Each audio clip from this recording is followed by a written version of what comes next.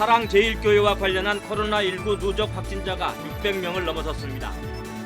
코로나19 확산세가 이어지자 서울시는 사회적 거리 두기를 강화하기로 하고 오는 30일까지 10명 이상의 대면 모임을 금지했습니다. 8.15 집회와 코로나19 확진 이후 전광훈 목사의 기행으로 전 목사의 정체성에 대한 관심도 높아지고 있습니다. 전광훈 목사는 일부 교단으로부터 이단성 옹호 조사 대상에 포함됐습니다.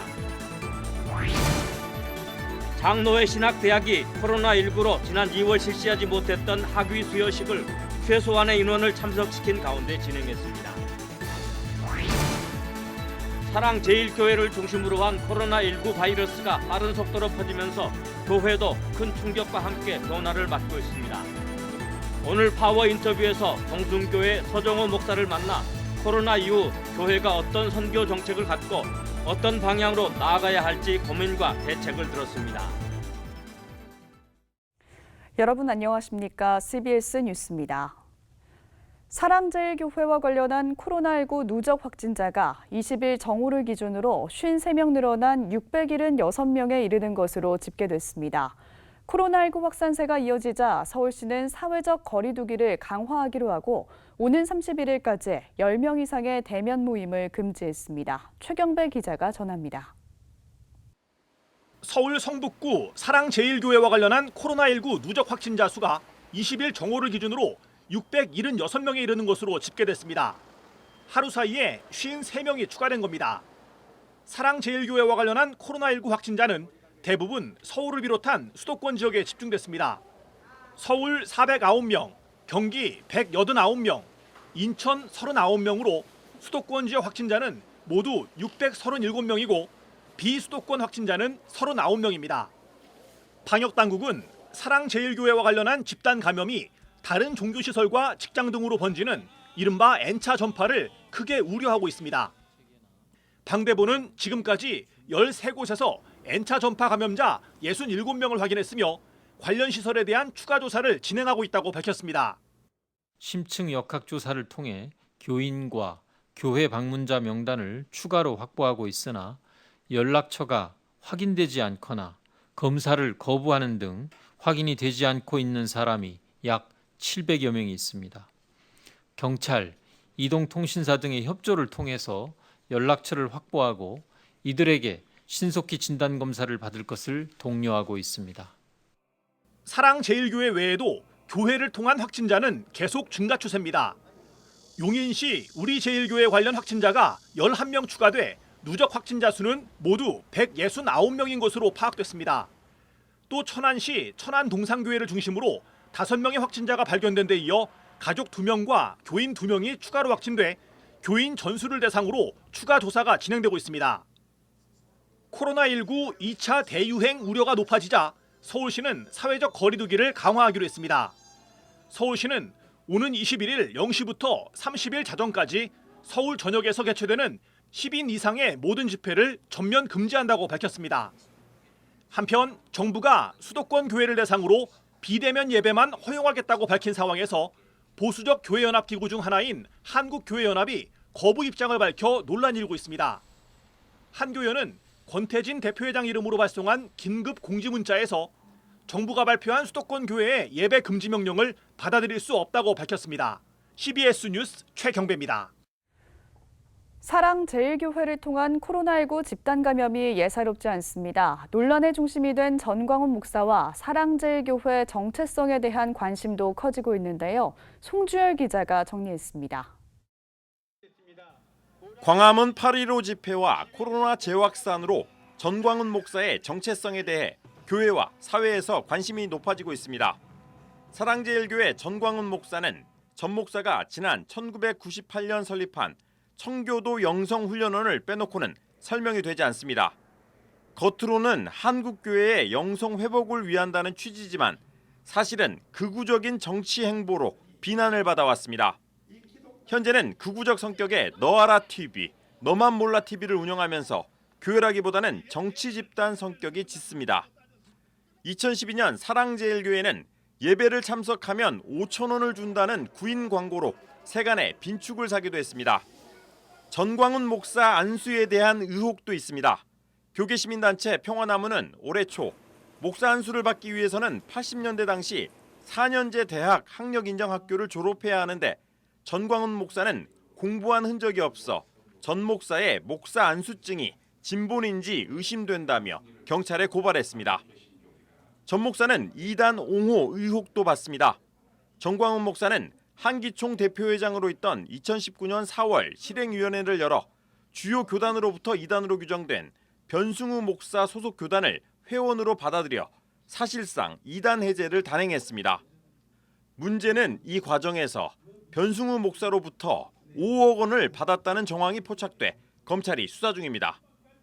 그러나 일반인이 떠올리는 전 목사의 이미지는 비상식적인 발언 때문에 일명 빤스 목사로 잘 알려져 있습니다.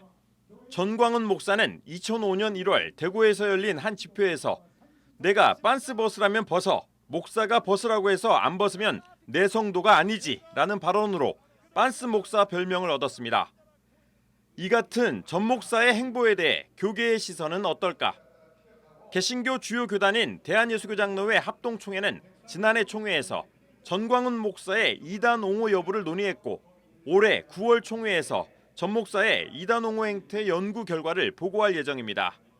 또 예장합동을 비롯해 통합, 고신, 합신 등 8개 교단 이대위는 지난 2월 하나님 까불면 나한테 죽어라는 신성 모독 발언을 한 전광훈 목사를 반성경적이고 비신앙적이고 비신학적이라면서 주의할 것을 당부하기도 했습니다.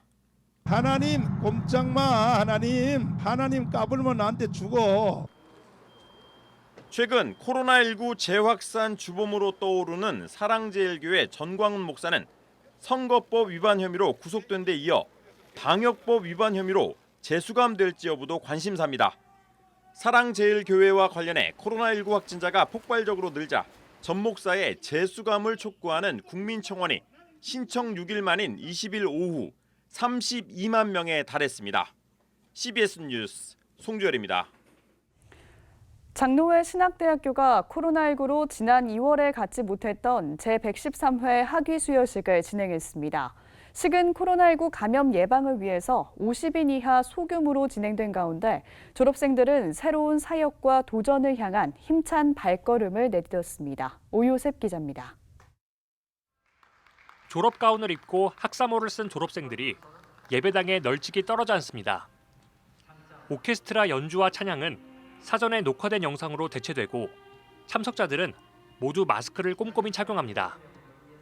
평소의 활기찬 분위기 대신 조용하고 엄숙한 분위기 속에 졸업식은 진행됐습니다. 최근 코로나19 확산세가 심각해지며 사회적 거리두기가 2단계로 격상된 가운데 장로회 신학대학교가 소규모 학위 수여식을 진행했습니다. 실내 50인 이상 집회가 금지됨에 따라 졸업생 대표와 학교 관계자 40여 명만 현장에 참석하고 나머지 졸업생들은 온라인 중계를 통해 함께했습니다. 앞서 장신대는 2월로 예정된 학위 수여식을 코로나19로 인해 8월로 한 차례 연기했지만 최근 또다시 전국적으로 코로나가 확산하자 온라인과 병행한 소규모 졸업식을 진행한 겁니다. 예장통합총회 김태형 총회장은 영상 설교를 통해 졸업생들에게 하나님을 영화롭게 하는 데 쓰임받는 사람으로서의 행복을 누리고 감사해야 한다며 초심을 잃지 않길 바란다고 전했습니다. 이 많은 피조물 중에서 풀 한 포기같이 시들어버릴 내 인생이 하나님을 영화롭게 하는 데 쓰임받는다고 하는 이 사실이 얼마나 감격스러운 일인지 모르겠습니다. 비록 좁은 길로 가더라도 즐겁게 주님과 동행합시다. 부디 생계를 위해 살지 말고 사명을 위해 살아가시기 바랍니다. 장신대 임성빈 총장은 코로나 사태는 공적 책무를 방기한 한국교회와 우리 사회의 탐욕적 문화를 드러냈다며 졸업생들에게 철저한 회개와 성찰을 통해 진정한 신앙인으로 거듭날 것을 당부했습니다. 임 총장은 또 사회에 대한 관심을 꾸준히 갖고 공동선의 확산과 실천을 위해 힘써 나가야 한다고 권면했습니다. 뉴 노멀 시대를 섬길 섬김이로 인도자로 여러분을 부르신 주님의 사랑과 그 비전을 기억하십시다. 위기의 시대 희망이 되는 신앙인다운 신앙인, 목회자다운 목회자, 교회다운 교회 이루어가는 우리가 되길 다짐하며 이제 현장으로 나아가십시다. 졸업생들은 졸업의 기쁨을 가족 친지들과 함께 나눌 수 없어 아쉽지만 책임감과 사명감을 갖고 현장으로 나아가겠다며 새 출발에 대한 기대감을 내비쳤습니다. 너무 안타깝기도 하고 또 너무 쓸쓸하기도 한데 또 각자의 자리에서 아마 그 길을 걸어온 만큼의 또 은혜를 주시지 않으셨을까 싶습니다. 허락해 주신 자리에서 또 열심히 또 사역도 담당하고 또 기도하고 말씀 묵상하면서 이 시대를 향하신 하나님의 뜻이 무엇인지를 조금 더 분별하고. 졸업생들은 예비 목회자와 신앙인으로서 한국 교회의 갱신과 회복을 위해 노력할 것을 다짐했습니다. CBS 뉴스 오요셉입니다.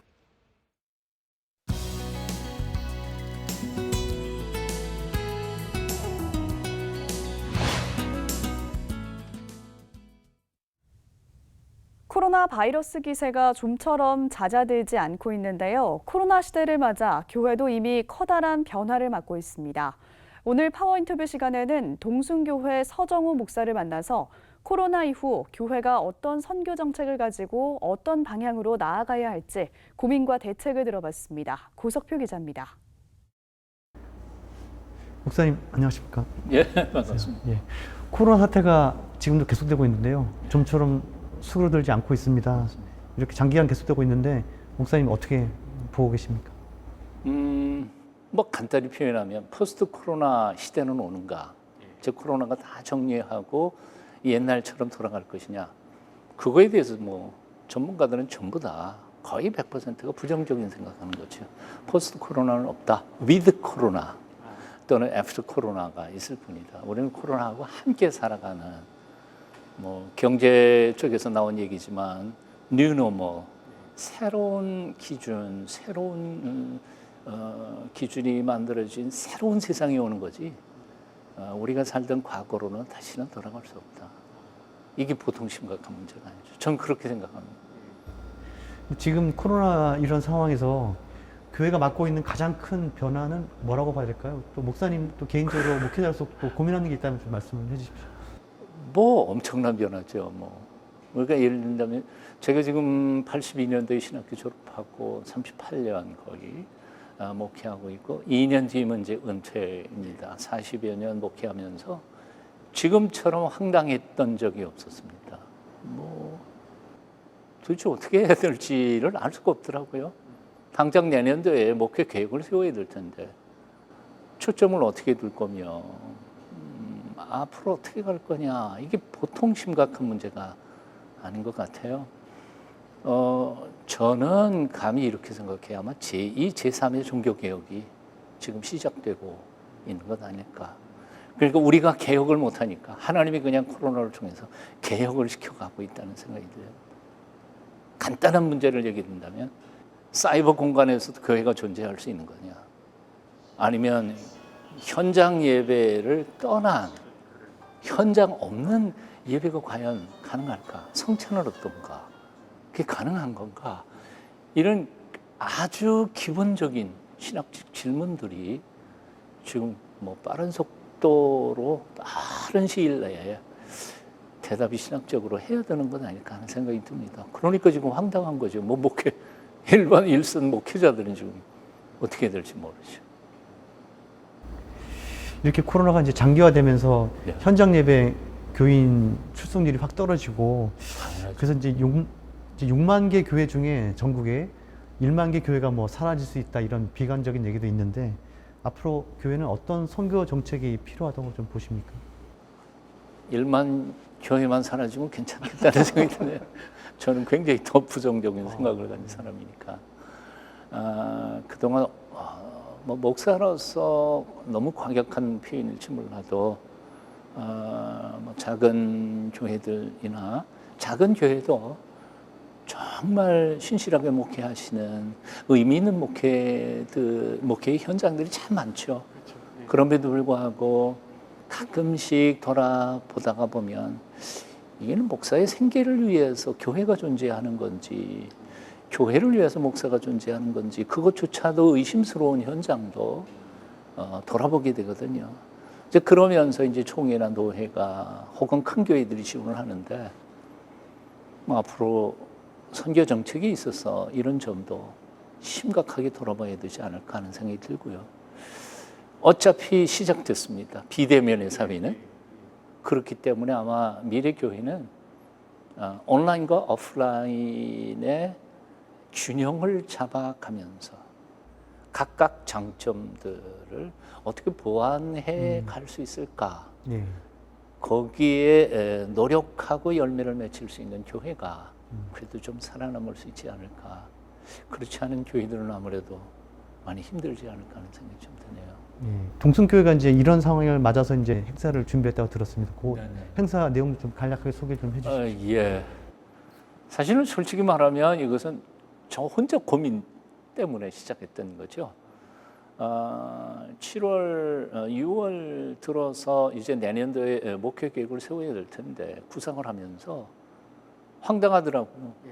내년도 목회 계획 세우기 전에 우리 한국교회 목사님들한테 저같이 황당해하는 목사님들께 뭐 방향이라도, 두 번째는 전반적으로 모든 문제에 대해서 조금씩이라도 타치를 해야 되지 않느냐. 그래서 이 두 가지를 목표를 두고 뭐 교수님들하고 몇몇 분들 함께 모였을 때 제가 요청한 게 바로 그거였습니다. 깊이 있는 연구는 신학교에 맡기자. 앞으로 4년, 5년, 10년이 걸리든 상관없어. 완벽한 답안을 내지 말자.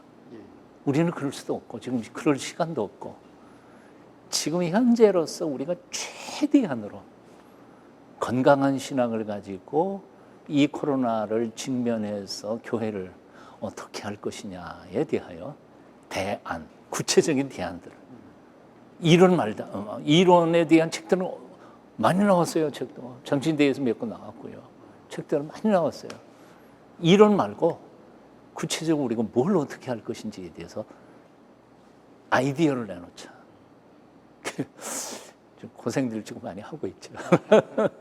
그래서 시작된 겁니다. 목사님 오늘 말씀 고맙습니다. 아유, 무슨 말씀입니다. 고맙습니다. 내일은 전국 곳곳에 소나기가 내리겠습니다. 내일 아침 최저 기온은 22도, 낮 최고 기온은 35도로 예상됩니다. 이상으로 뉴스를 마칩니다. 함께해 주신 여러분 고맙습니다.